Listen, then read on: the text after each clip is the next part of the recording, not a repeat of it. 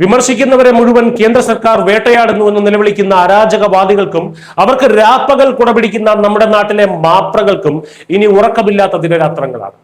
വിദ്യാർത്ഥി സമരം എന്ന പേരിൽ തെരുവിലും സോഷ്യൽ മീഡിയയിലും അഴിഞ്ഞാടിയ സൈബർ ക്രിമിനലുകൾക്കെതിരെ ഡൽഹി പോലീസ് ശക്തമായ നടപടി തുടങ്ങിക്കഴിഞ്ഞു.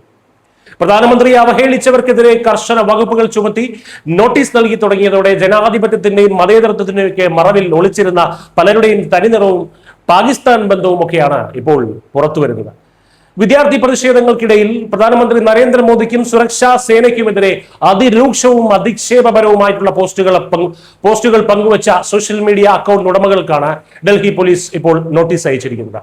വെറുതെ എന്തെങ്കിലും പോസ്റ്റ് ചെയ്തവരല്ല ഇവർ. പ്രതിഷേധങ്ങളെക്കുറിച്ച് കൃത്യമായിട്ടുള്ള വ്യാജ കഥകളും ഡീപ് ഫേക്ക് വീഡിയോകളും നിർമ്മിച്ച് പ്രചരിപ്പിച്ച പാകിസ്ഥാനുമായി നേരിട്ട് ബന്ധമുള്ള 400-ലധികം സോഷ്യൽ മീഡിയ ഹാൻഡിലുകളാണ് പോലീസിന്റെ സൈബർ വിഭാഗം ഇപ്പോൾ തിരിച്ചറിഞ്ഞിരിക്കുന്നത്.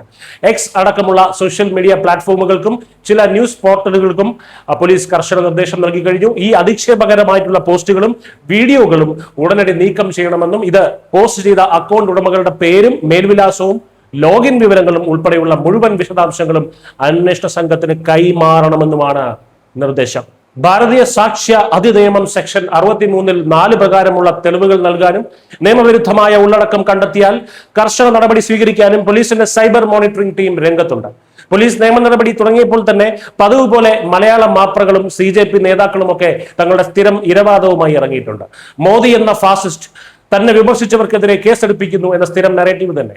CJP നേതാവ് സൗരവ് കഴിഞ്ഞ ദിവസം മാധ്യമങ്ങൾക്ക് മുന്നിൽ വന്ന് പറഞ്ഞത് മോദി ദൈവമൊന്നുമല്ലല്ലോ, അതുകൊണ്ട് അദ്ദേഹത്തെ പരിഹസിക്കാമെന്നൊക്കെയാണ്. കേട്ട പാതി കേൾക്കാത്ത പാതി മലയാള മാപ്രകൾ ഇത് ഏറ്റെടുക്കുകയും മോദിക്കെതിരെ വിമർശനം ഉന്നയിച്ചതിന് കേസെടുത്തു എന്ന രീതിയിൽ വാർത്തകൾ വളച്ചൊടിക്കുകയും ചെയ്തു. പ്രധാനമന്ത്രിക്കെതിരെ ദിവസേന എത്രയോ ട്രോളുകളും വിമർശനങ്ങളും നമ്മൾ കാണുന്നു. ഇതിനൊക്കെ എല്ലാവർക്കും സ്വാതന്ത്ര്യമുള്ള രാജ്യം തന്നെയാണ് നമ്മുടേത്. എന്നാൽ ഇവർ പറയുന്നത് പോലെ വെറും പരിഹാസവും ആക്ഷേപവും മാത്രമായിരുന്നോ ഈ കഴിഞ്ഞ ആഴ്ച പൊന്തി വന്നത്? അല്ല. പ്രധാനമന്ത്രി നരേന്ദ്രമോദിയുടെ മരിച്ചുപോയ അമ്മയെപ്പറ്റി ലൈംഗിക അധിക്ഷേപം നടത്തുക, അദ്ദേഹത്തിന്റെ പിതൃത്വം ചോദ്യം ചെയ്യുക, രാജ്യത്തിന്റെ ഭരണത്തലവനെ പറ്റി പരസ്യമായി കേട്ടാലറയ്ക്കുന്ന പച്ചത്തെറി പറയുക, അത് മാത്രമല്ല അദ്ദേഹത്തെ ഒരു സ്ത്രീയായി ചിത്രീകരിച്ച് ആ ചിത്രത്തിന്മേൽ അങ്ങേയറ്റം വികൃതമായിട്ടുള്ള ലൈംഗിക ചേഷ്ടകൾ കാണിക്കുക, അദ്ദേഹത്തെ വെടിവെച്ച് കൊല്ലാൻ ആഹ്വാനം ചെയ്യുക. ഇതൊക്കെയാണോ ഇവർ പറയുന്ന വിദ്യാർത്ഥി പ്രതിഷേധം? ഇതൊക്കെയാണോ ഇവർ പറയുന്ന വിമർശനം? പ്രധാനമന്ത്രി എന്നത് മാറ്റി നിർത്തുക. ഈ രാജ്യത്തെ ഒരു സാധാരണ പൗരനെതിരെ ഇങ്ങനെ ചെയ്യാമോ?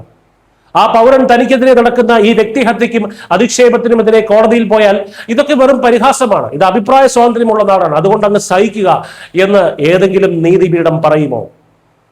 ആക്ഷേപം എന്നതും അധിക്ഷേപം എന്നതും തമ്മിൽ ആനയും ആടും തമ്മിലുള്ള വ്യത്യാസമുണ്ട്. രാഷ്ട്രീയമായ ആക്ഷേപങ്ങളും വിമർശനങ്ങളും ഒക്കെ നമ്മുടെ രാജ്യത്ത് പൂർണ്ണമായും അനുവദനീയമാണ്. നിങ്ങൾക്ക് മോദിയെ വർഗീയവാദി എന്നും ഫാസിസ്റ്റ് എന്നുമൊക്കെ വിളിക്കാം, എന്തും വിളിക്കാം. എന്നാൽ എന്തും വിളിക്കാൻ കഴിയില്ല. അധിക്ഷേപവും വ്യക്തിഹത്യയും വധഭീഷണിയും പ്രധാനമന്ത്രി എന്നല്ല ആർക്കെതിരെയും ഇവിടെ അനുവദനീയമല്ല. നീറ്റ് പേപ്പർ ചോർച്ചയിൽ സർക്കാരിന് ധാർമ്മിക ഉത്തരവാദിത്തമുണ്ടെന്ന് പറഞ്ഞ് തൊണ്ട പൊട്ടി നിലവിളിച്ചവരാണ് ഈ CJP-ക്കാർ. അപ്പോൾ ഈ ഉത്തരവാദിത്തം എന്നത് ഒരു വശത്തേക്ക് മാത്രം ചായുന്ന മരമാണോ? നിങ്ങളുടെ അണികൾ കാട്ടിക്കൂട്ടിയ ഈ ആവാസത്തരങ്ങൾക്ക് നിങ്ങൾക്ക് യാതൊരു ഉത്തരവാദിത്വവും ഇല്ലേ പാറ്റകളെ? അക്കൗണ്ടബിലിറ്റി എന്നത് നിങ്ങൾക്കും ബാധകമാണ്. നരേന്ദ്രമോദി എന്ന വ്യക്തിക്ക് നേരെ നിങ്ങൾ എറിഞ്ഞ മാലിന്യമുണ്ടല്ലോ, അത് കേവലം ഒരു നേതാവിനെതിരെയുള്ള അധിക്ഷേപം മാത്രമല്ല, അദ്ദേഹം ഇരിക്കുന്ന കസേരയുടെ മഹത്വം പോലും നിങ്ങൾ ഓർത്തില്ല. അദ്ദേഹത്തിനെതിരെയുള്ള ഇത്തരം അധിക്ഷേപങ്ങൾ അദ്ദേഹം തിരഞ്ഞെടുത്ത ഈ രാജ്യത്തെ ഭൂരിപക്ഷം ജനങ്ങൾക്ക് നേരെയുള്ള അധിക്ഷേപം കൂടിയാണ്. ജനവിധി അംഗീകരിക്കാൻ കഴിയാത്തതിന്റെ നിരാശ മുഴുവൻ പച്ചത്തെറിയായും വ്യാജ വീഡിയോകളായും പുറത്തേക്ക് ഒഴുക്കുമ്പോൾ അതിന് അഭിപ്രായ സ്വാതന്ത്ര്യത്തിന്റെ മുഖംമൂടി അണിയിക്കാൻ ഇനി ഒരുത്തരും മുന്നോട്ട് വരണ്ട. അതിർത്തി കടന്നു വരുന്ന പാകിസ്ഥാൻ അജണ്ടകൾക്കും അവർക്ക് കുടപിടിക്കുന്ന ആഭ്യന്തര ശത്രുക്കൾക്കും നിയമത്തിന്റെ ഉരുക്കുമുഷ്ടി എന്താണെന്ന് വരും ദിവസങ്ങളിൽ ഈ രാജ്യത്തിലെ ഡൽഹി പോലീസ് കാണിച്ചു കൊടുക്കുക തന്നെ ചെയ്യും. News desk Malayalam.